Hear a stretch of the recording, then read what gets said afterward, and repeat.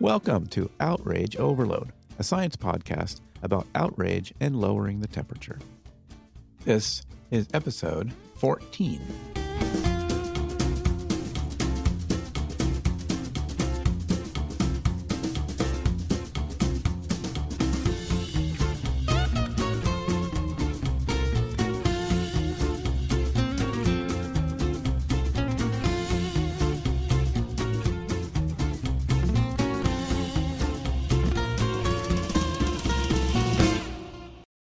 Just 34% of Americans say they trust the mass media to report the news fully, accurately, and fairly, according to Gallup. In that polling, Democrats generally trust the media more than Republicans. The majority of Republicans indicate that they have no trust in the media at all. These numbers have been steadily falling since the 1970s, when the majority of Americans, about 70%, indicated that they trusted news media. By 2004, that number had slipped to a minority at just 44%. What's more is the dramatic increase in those that say they have no trust in the news media at all. Over almost 4 decades, that number went from under 10% in the 1970s to about 20% in 2012. It has nearly doubled in the decade since to 38%.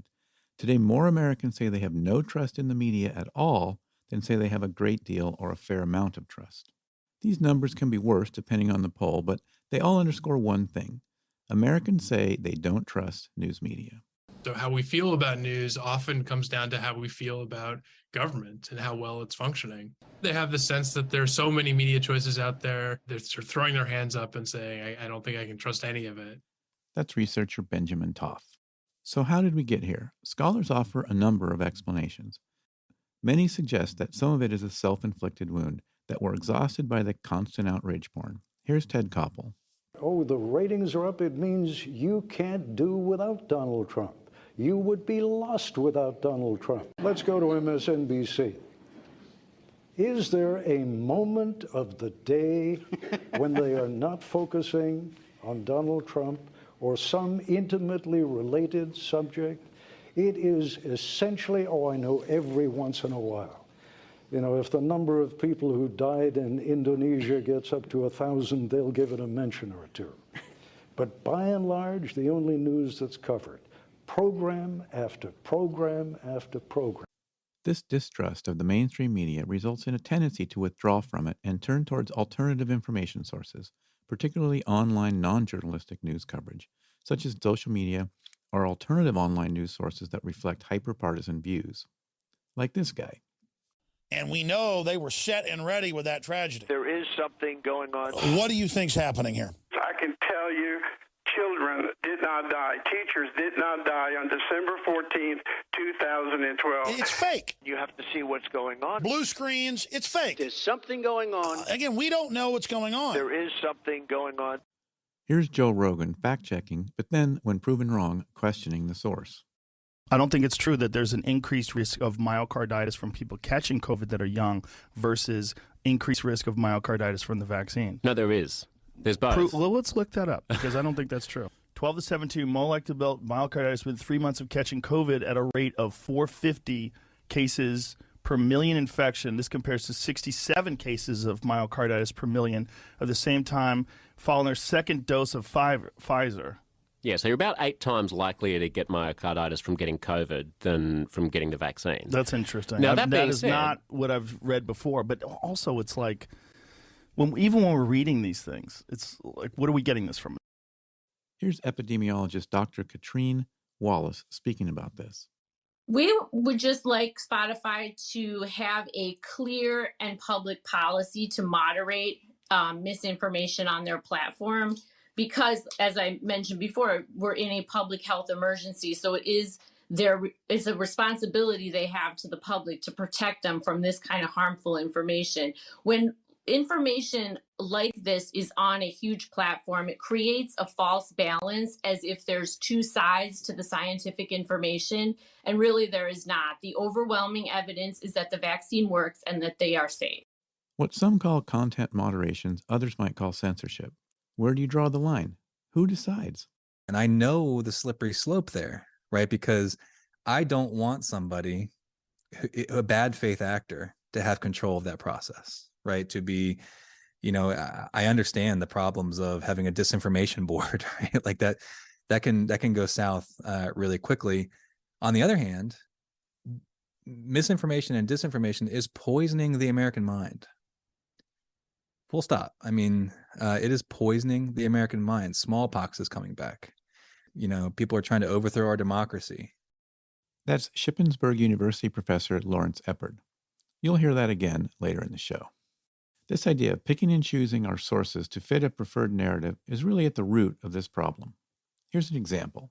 Why won't they interview all the January 6th police? I have no idea. Where is that claim coming from? Oh, I heard one of them. On a January 6th police officer? I mean, you keep throwing out claims. I'm just curious where they're coming from. You're not giving me any evidence. You've got the computer. Look, January 6th police officer to know why he wasn't questioned by the January 6th committee. I'm still looking for the January 6th police officer that wasn't questioned. I see a lot of articles saying that there's police officers claiming that there was racism. What do you mean it was a video? It was the January 6th police officer actively talking. Like, it wasn't an article. It wasn't an interview. It was a video. So a Jan 6 officer, was he identified, or is it just some random personal anecdote of a guy on a YouTube channel? Unfortunately, I'm having issues with your evidence here, my guy.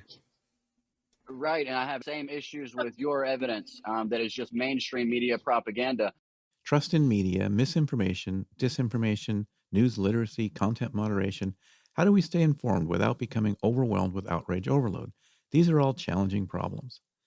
And that's what we're going to talk about on this episode of the Outrage Overload podcast. I'm your host, David Beckmeyer, and my guest is friend of the show and patron, Lawrence Eppard. I'm Lawrence Eppard. I am a faculty member at Shippensburg University in Pennsylvania. My main areas of expertise are racial and economic inequalities and news literacy. And that third thing, news literacy, is what I'm here to talk about today on Outrage Overload.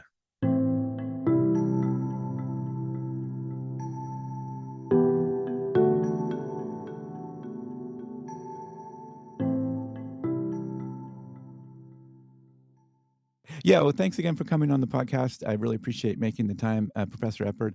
I wanted to talk about the counterform a little bit and then kind of swing it back. As you know, the podcast here, we talk about kind of outrage media and outrage in society and things like that. I'm kind of going to tie it back to that. But the counterform, as I understand it, is the main way that you disseminate information is through the podcast, I think.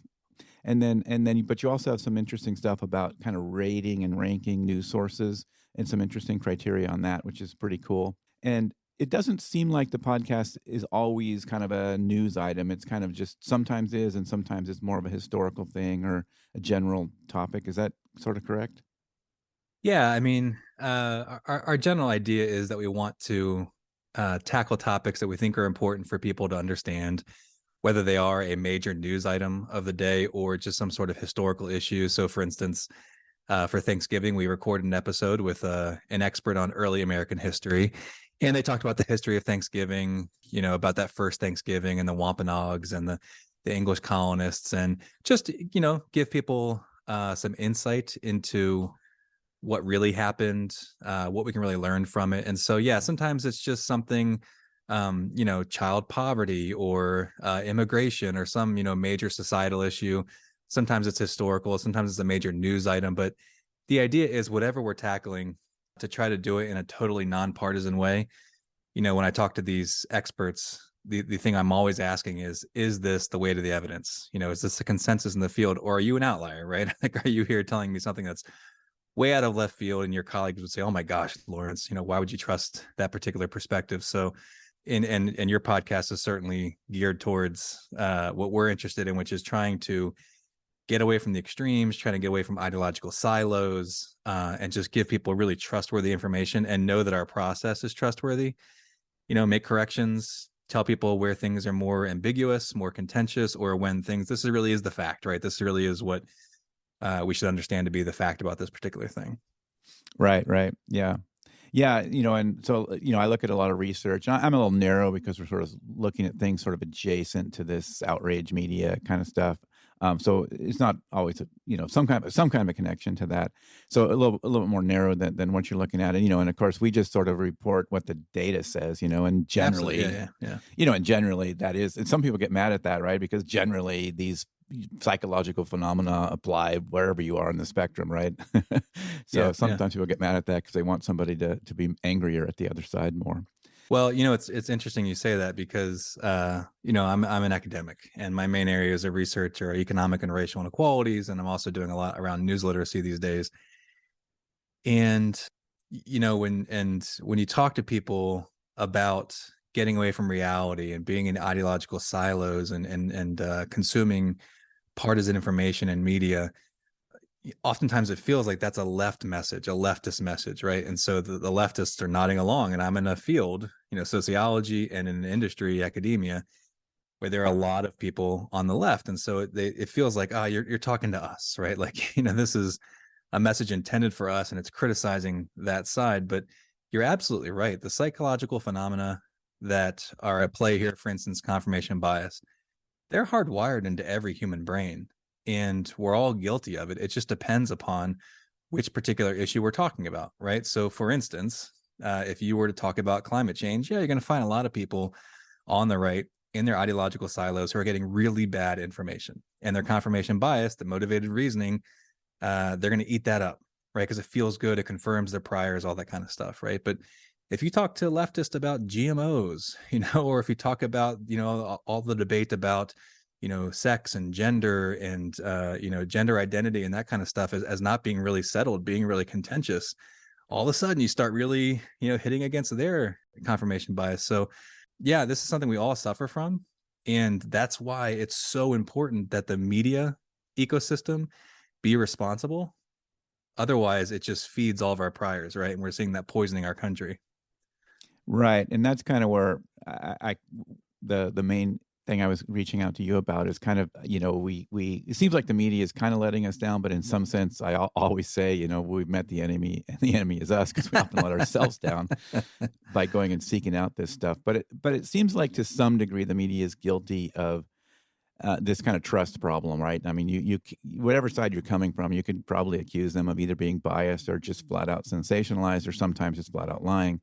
And it happens. And then you get this whole thing that you can't trust anybody. And then you kind of go deeper and deeper. And I worry about, people going too far, falling into that pretty quickly, because there's some fairly well-funded, weird alternative news things, on YouTube and otherwise that can take people down these conspiracy theory rabbit holes pretty fast. And, to some degree, I can see how people get there, because they get upset with the quote unquote mainstream news. And what have you learned about that with your project? Yeah, well, just to start with, I should say, one of the things that I talk about in my classes with my students is, and it often shocks them when I say this, because, many people have the perspective you have, right? Like the media is letting us down. There's so much bad media. All of that's right.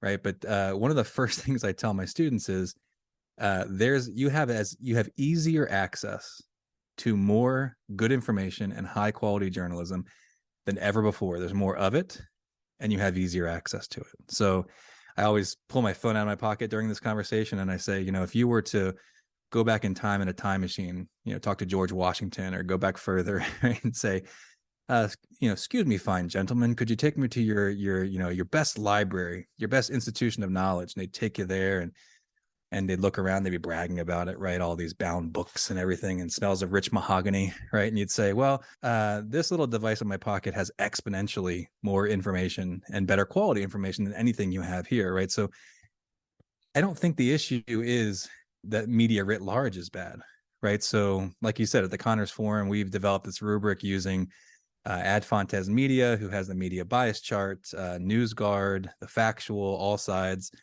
We've used that to develop this rubric to say which ones are really trustworthy, which ones are getting stuff right most of the time. When they don't, they correct it, right? Which ones have limited bias. And there are several. I mean, there are numerous at the national level and at the state level, right? There's all sorts of major newspapers which are still really, really good. The problem has been the explosion of bad, right? And the explosion of stuff on the internet and talk radio and cable news. And so The problem now is not access to good information. It's figuring out which information is good. It's filtering. There's somebody, I think one of the CEOs of NewsGuard, they mentioned it, like, if you walked into a library and every page in the library was just swirling around in the air and you just had to grab at them randomly. Right? Like that's the media ecosystem now, right? Unless you know what you're looking for. Some of my colleagues take the approach of saying we need to teach people news literacy, right? How to deconstruct an article and look at the sourcing and all that kind of stuff. And with all due respect to my colleagues who say that, I think that is a woefully inadequate way to think about this, because most Americans do not have the skills nor the time to do that. I don't. When I'm reading Maggie Haberman or any one of these, news stories, I don't have the expertise to go through every single hyperlink and look at every study. And, I'm depending upon them to vet that information for me. Right. And so if I'm relying on enough reliable sources, the Wall Street Journal, New York Times, Axios, whatever, I'm going to get a well-rounded view. If somebody makes a mistake, one of those folks are going to point it out, right? Like the Wall Street Journal wants to find the New York Times making a mistake, and vice versa. And so I teach people to rely on really trustworthy sources. And of course, the news literacy aspect is important, right? Because even those sources make mistakes. But yeah, I think we have a lot of really, really good media. We just need to figure out a way for people to be relying on the good stuff. Right, and I'm glad you mentioned that, because I didn't want it to sound like I was the guy saying, no, stop using mainstream media. My point was kind of like, sometimes I think people can do this kind of throw the baby out with the bathwater thing. Absolutely. That's what I see with people, very smart people in my orbit, right? Like they'll see a mistake and it's like, oh, well, all media can't be trusted. And that's happening with all institutions, right? Like a big institution makes a mistake and it's like, who can we trust? And I'm with you. I mean, I just don't think we can do that. Very few of us do. That's the do your own research sort of camp, right? And most of us don't know how to do research, right? No. I hate that. I hate that saying so much. That's, I tell my students this all the time. I say, absolutely, you should do your own research, right? But you also should be aware of the skills that you have to do research, right? So if I'm reading an article about some, climatology model, have you ever read one of those articles? I mean, they're indecipherable. Right? Economics articles. I'm a big fan of Raj Chetty at Harvard, but when I read some of his stuff, it's like, I have no idea what they're talking about. So I'm depending upon a community of scholars to vet that information, right? And then I'm depending upon the media to decipher it for me, right? And I'm not saying that news literacy skills aren't important. Right. So when I'm teaching in the classroom, we go through it, of course, and I start with the foundation of you should rely on a handful of sources that to be trustworthy, right? But there are some skills that are useful. So for instance, one of the things I always tell my students is, if you see something that looks sensational, outrageous, it seems like an odd claim, right? One of the first things you should do is just look and see if the other trustworthy sources are reporting it, right? And if they are, what are they saying? Are they saying it the same way? Are they saying it differently? Are they using different sources? And the example I always use with my students is when Kobe Bryant died in the helicopter crash. One of my friends sent me a link about it, and it was like some local LA station, and nobody else was reporting it at the time. And so I thought, I'm not going to reject it because nobody's reporting it. I'm not going to reject it just because I'm skeptical. I'm not going to accept it just because somebody said it. I'm just going to hit pause for a moment, right? Like let's all learn this skill of just like pausing our outrage and pausing our, reaction to things. And I'm going to wait, right? And within 30 minutes, a bunch of other news sources were reporting it, right? So that's what I tell my students. Look, I know we all want something now. We all want it as quick as possible. News cycles, they spin as fast as ever. But, if you see something, wait a day, wait a few days. If you have a handful of really reliable sources you use, you're going to get the correct version of the story in short order. Right. People I know often ask me, like, because they know I kind of pay attention to things, and they'll ask me something, and they're always frustrated a lot of times when I give them like, well, I don't know yet, because, this is still kind of developing. I don't know for sure what the answer to that is. And they're like, oh, no, you must just tell me. But yeah, so, another aspect of that, I was thinking about another version of that I think it's harder. If you see the story and it's weird, that's a little easier. The ones that I often tell people to stop and think about are the ones when you see it and you really like it. Like, that's Absolutely. the thing I want to hear. That's when you Absolutely. should trigger some of those things to say, maybe I need to step back and double check this.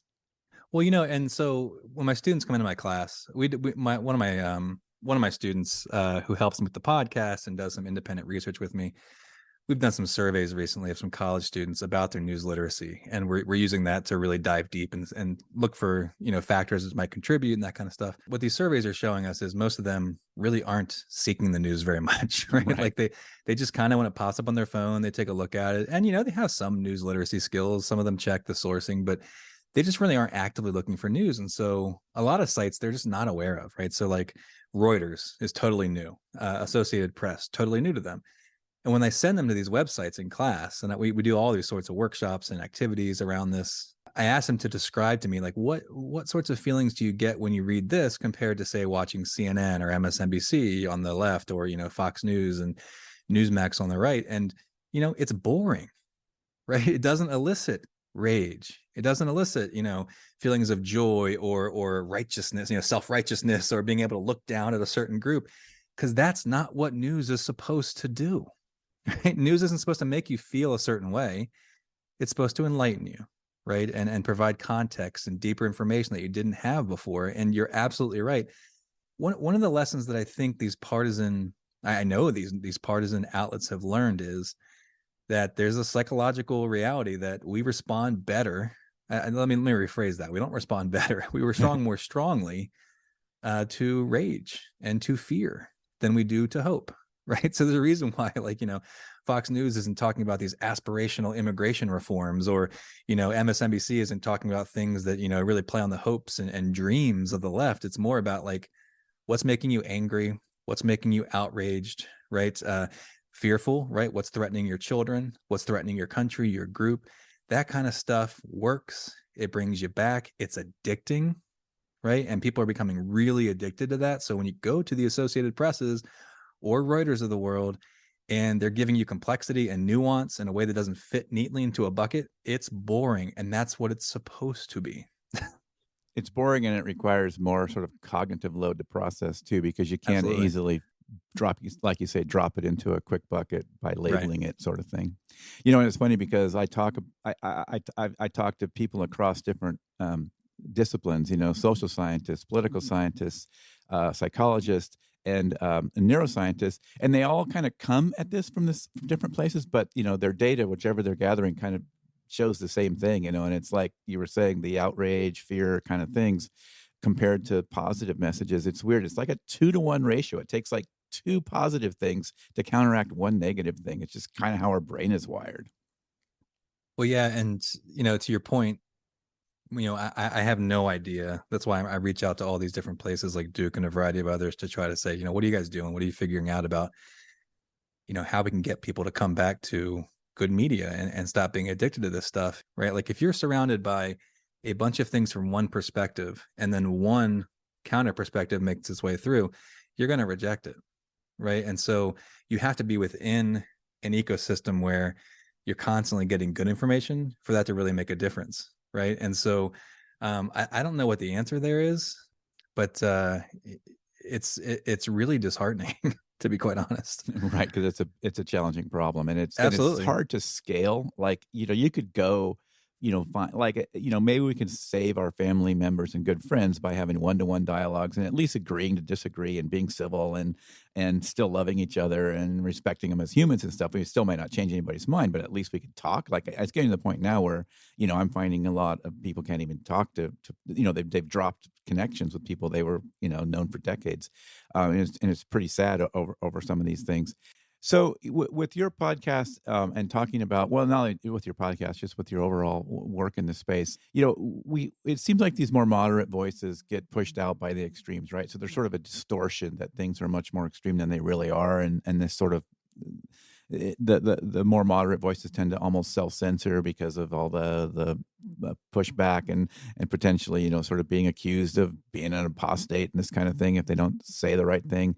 What have you sort of learned about that, with your community that you developed? Have you sort of seen that, or you see a sort of audience there, and it seems like there's a genuine desire to bring the temperature down, even almost as people maybe in the same sentence kind of raise the temperature a little, but there seems like the need, the want for it seems genuine. Yeah, I'm conflicted on this question because I can't remember who it was. We had a guest, I think it was Rachel Kleinfeld, and she was going through the survey data on this, on how many moderates there actually are, right? So I do think that most people would like the temperature to come down. I do think that people would like government to work better, to have less partisanship and polarization, all that kind of stuff. On the other hand, I'm not sure how much appetite there is for hearing the other side. Because of all these psychological processes. I think this is stuff we've always had. It's always been hardwired. It's just that our media ecosystem has unleashed it to do its worst. I tell my students, I give the metaphor of if they've ever seen the movie Jurassic Park, and increasingly this is becoming less and less likely to mean much to them as they get, right. As I get further away from that movie being released in the 1990s. But I say, in Jurassic Park, those dinosaurs are incredibly dangerous. They will end your life in 1 second, right? But they're not dangerous even within a few feet of you when the electric fences are working, right? And everything's fine. All the guardrails, all the security systems are in place. The danger is, of course, when Dennis Nedry deactivates them, and then all of a sudden the dinosaurs are eating people, right? These are psychological biases we've always had. They've always been hardwired in human beings, left and right. But the guardrails and the security systems have been deactivated, right? And, I think we are a partisan people. I think we are a tribal people. I don't know how much appetite there is to really be hearing the other side. You have to kind of be forced to do it. On the other hand, at the same time, people, social scientists know people can believe two completely contradictory things at the same time in their head. People do want the temperature to be lower, right? And I don't know the answer here. I think you have to be forced to see good information. And if not, you will inevitably go to the bad stuff that makes you feel good. I hate to bring, the pessimist view. You're welcome to tell me I'm wrong. I think there's an audience for it. I don't know if it's most people. Right. It's probably not. I don't know. I mean, I'm hoping you'll prove me wrong. Right. Yeah. Well, that would be nice. Yeah. I think one I talked to one of a big podcaster who does science podcasts, and he said, "Well, I hope you do well, just because for every sort of second of airtime you take away from Joe Rogan, that's an improvement in the world." Well, and people like him, people like Jordan Peterson, for instance. When Jordan Peterson first came on the scene, I'm not saying I liked him, but like he was asking questions that I was like, this is great, right? Like we should break the orthodoxy on a lot of things, and we should have a heterodox conversation about a lot of different issues which really aren't settled, right? And then he went off the deep end and he started saying some really crazy things. Joe Rogan's the same way, right? Like I appreciate the fact that he's going to bring people on who are from different perspectives, those sorts of things, right? But the problem that I see is that just sort of uncritical, letting people say things that are lies, that are untrue. And if the audience doesn't have the skills to understand something that's blatantly a lie, blatantly misinformation, disinformation, etc., you're doing them a disservice. So yeah, one of the things I tell my students is, imagine that I'm going to ask you this question. I'm going to give you 5 minutes to think about your answer. And I'm going to force you to come up to the front of the classroom and explain in front of the whole class your answer. So it's got to be good. And it's got to be smart. How does a zipper work? Tell me the mechanics of how a zipper works. All right.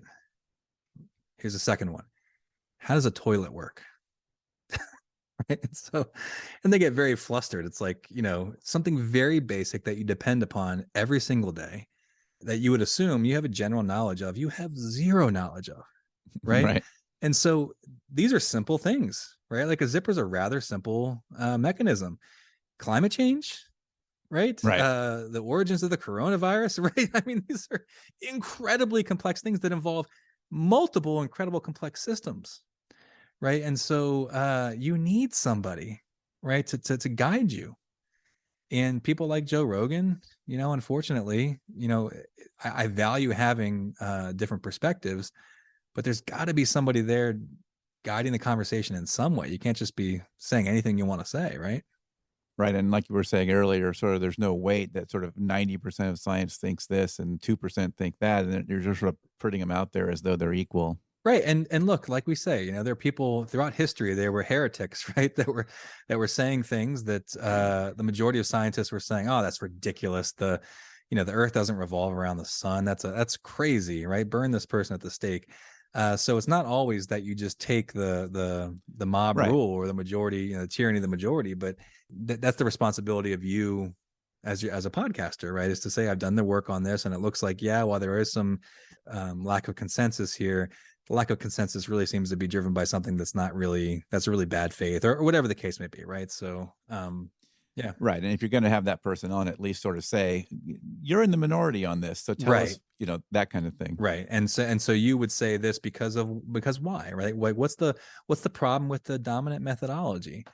And so at the very least, right, you're keying people in on something that if you had just presented it as without any background information, what ends up happening is, so if I don't know anything about anything, right? So you're like, if somebody's debating astronomy on TV, right, and they're using jargon that I have no idea about, they're from institutions I've never heard of. They're talking about something that's way beyond me in terms of complexity, and they're disagreeing. I throw my hands up as a consumer, right? And so I think that's where a lot of Americans are. There's this huge ecosystem of media. We don't know the weight of each one, right? Like InfoWars is not the same as the Wall Street Journal, right? Like the Palmer Report is not the same as the New York Times.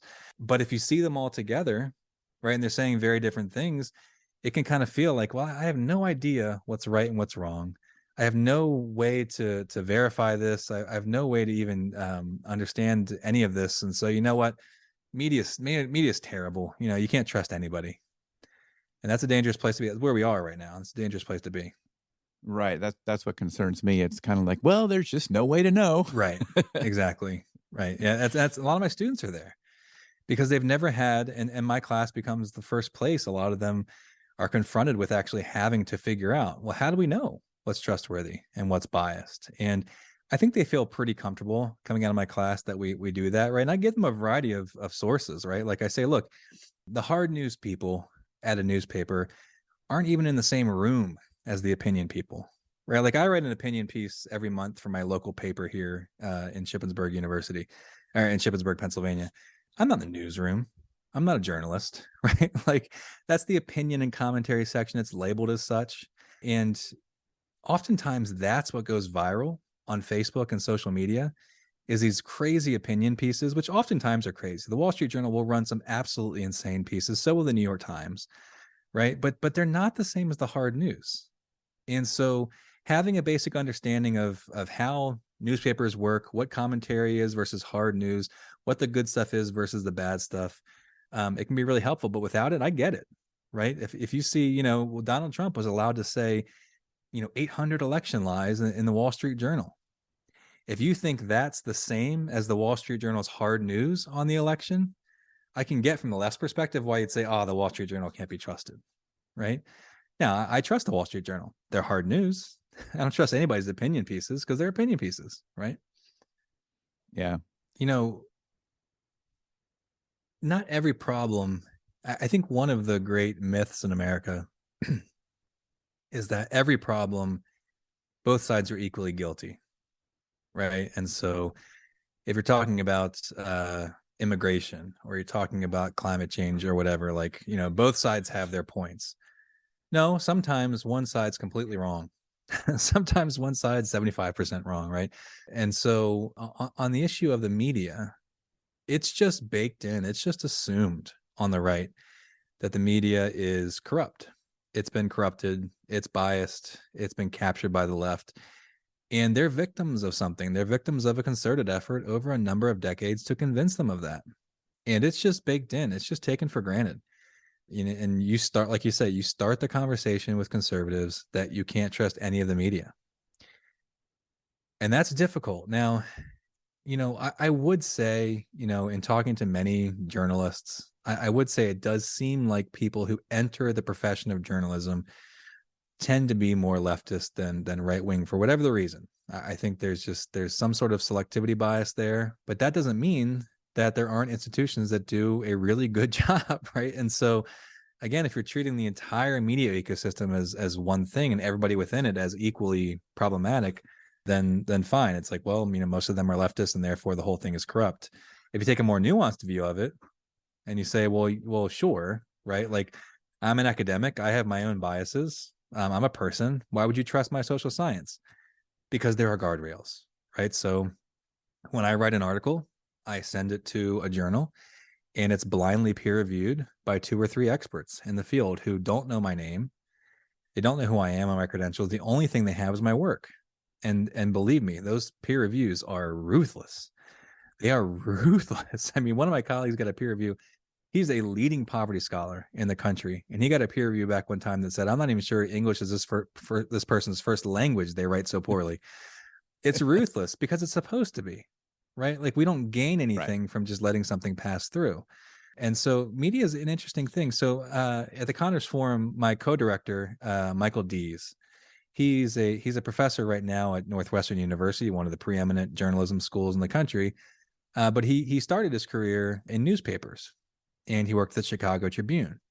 And so, yeah, reporters there, right? Many of them were a little left leaning, right?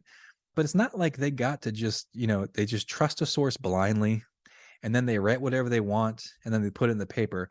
Well, they have editors, right? And so the article goes to the editor, and even if this source is anonymous to the reader, they oftentimes are talking to their editor about who the source is, right? And the editor makes a determination, right? Like, well, I think this is too thinly sourced. I think you need to get more. I think we need to go look through these databases and corroborate this. I think we should go through these documents, et cetera, right? So, there are all these guardrails. I get the suspicion, right? Like, there are horrible opinion pieces. There are horrible commentary pieces. Many journalists are left-leaning, right? But if you really look at work that looks at which organizations are doing a good job, what are the mechanics of good journalism, there's lots of really great stuff out there. And I tell my students all the time, if you have a basket of an institution that does good center hard news, but maybe some right-leaning commentaries like the Wall Street Journal, one that has some good hard news, but then maybe some left-leaning commentary like the New York Times, then maybe one in the middle, Associated Press, Reuters, throw one in there, right? If you were to rely on those 3, one of them is going to get something wrong, right? But those 3 are going to correct their mistakes. Number one, they're going to tell you clearly what mistake they made. They're going to update the story.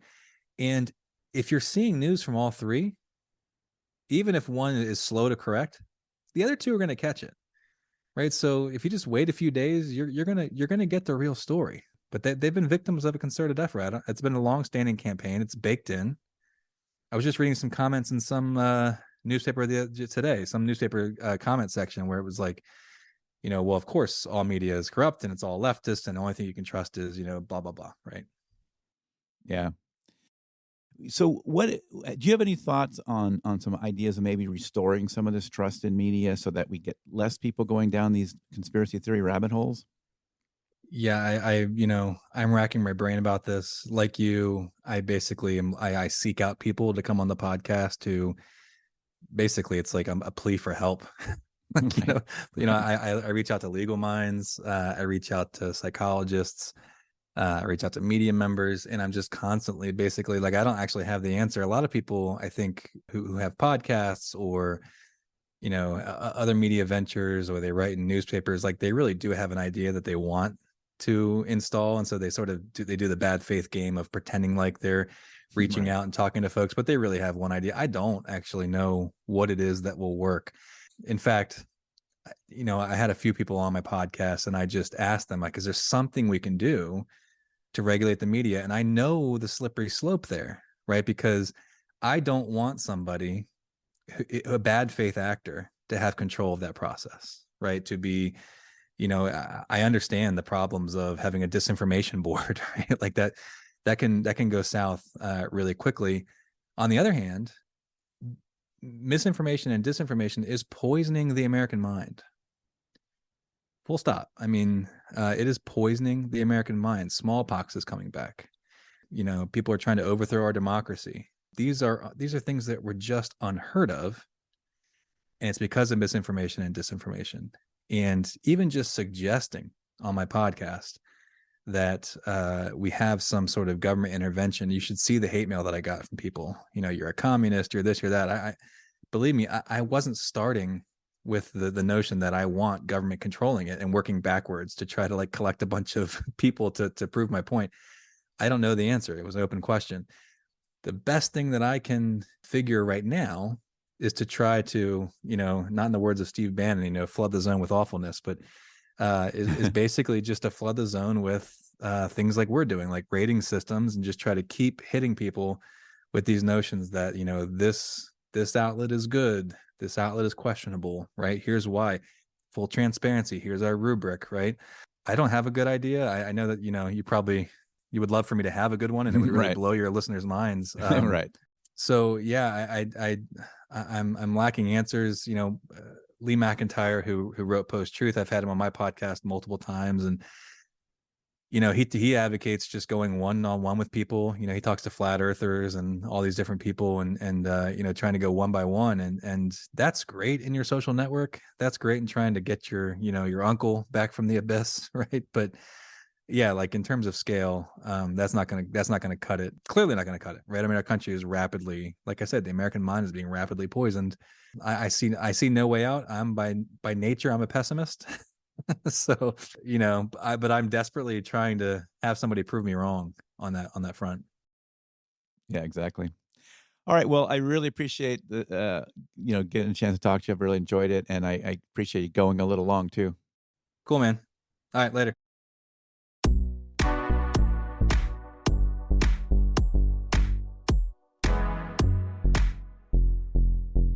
Information literacy was mentioned often on this episode.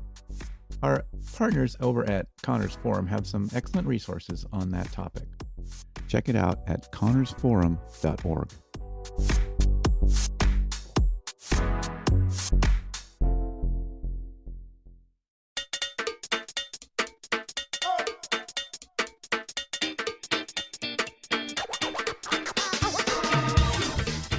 That is it for this episode of the Outrage Overload podcast. For links to everything we talked about on this episode, go to outrageoverload.net. I'm asking you, good listener, to join our Facebook listeners group. It is a great place to get actionable ideas and resources. To join, visit outrageoverload.net/join. The sooner you do it, the sooner your ideas can help make the show better. I hope to see you there on the Facebook group. Okay. Watch for a new episode in a few weeks.